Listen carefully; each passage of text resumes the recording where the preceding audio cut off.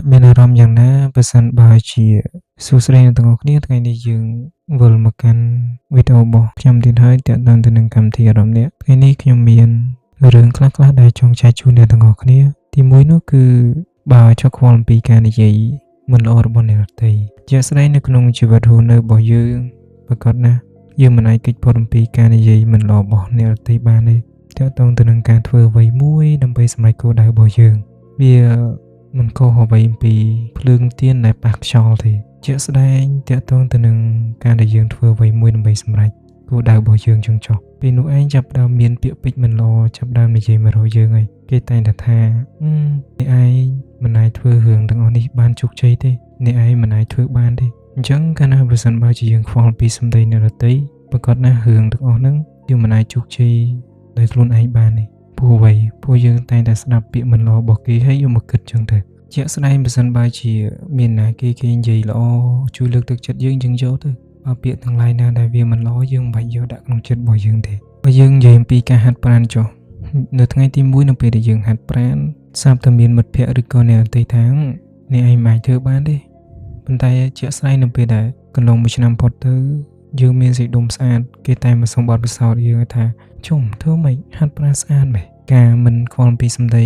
មិនល្អរបស់អ្នកដទៃនេះជាកត្តាដ៏សំខាន់មួយក្នុងជីវិតនិងក៏ជាកត្តាដើម្បីសម្រេចនូវភាពជោគជ័យនៅក្នុងជីវិតរបស់យើងដែរហើយចំណែកឯការអានសៀវភៅចុះអ្នកទាំងអស់គ្នាអាចដឹងហើយពេលខ្លះយើងគ្រាន់តែអាននៅក្នុងការ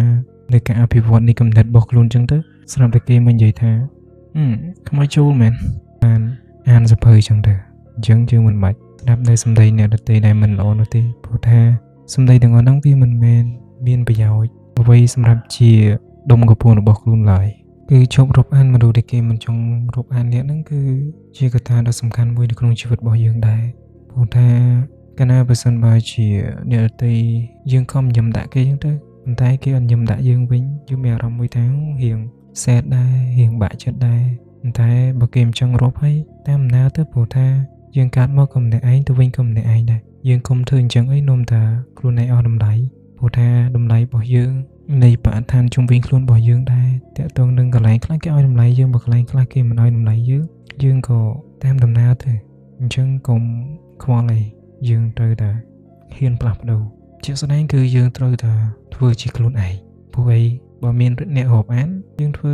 ជាស្រឡាញ់ខ្លួនឯងឲ្យច្រើនទៅបើមានអ្នកដទៃរាប់គឺរាប់ខ្លួនឯងព្រោះថាយើងក៏មានគ្រួសារទី3នោះគឺ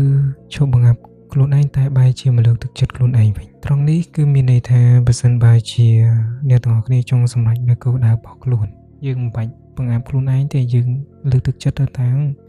រឿងទាំងអស់នេះខ្ញុំអាចធ្វើបានអញ្ចឹងកាលណាបើសិនបើជាក្នុងចិត្តរបស់យើងតាំងចិត្តថារឿងទាំងអស់នឹងអាចធ្វើបានហើយយើងមានសកម្មភាពទៀតប្រកបណាស់យើងនឹងបានសម្រេចនៅរឿងទាំងអស់នោះហើយជាក់ស្ដែងយើងត្រូវតែគិតវិជ្ជមាន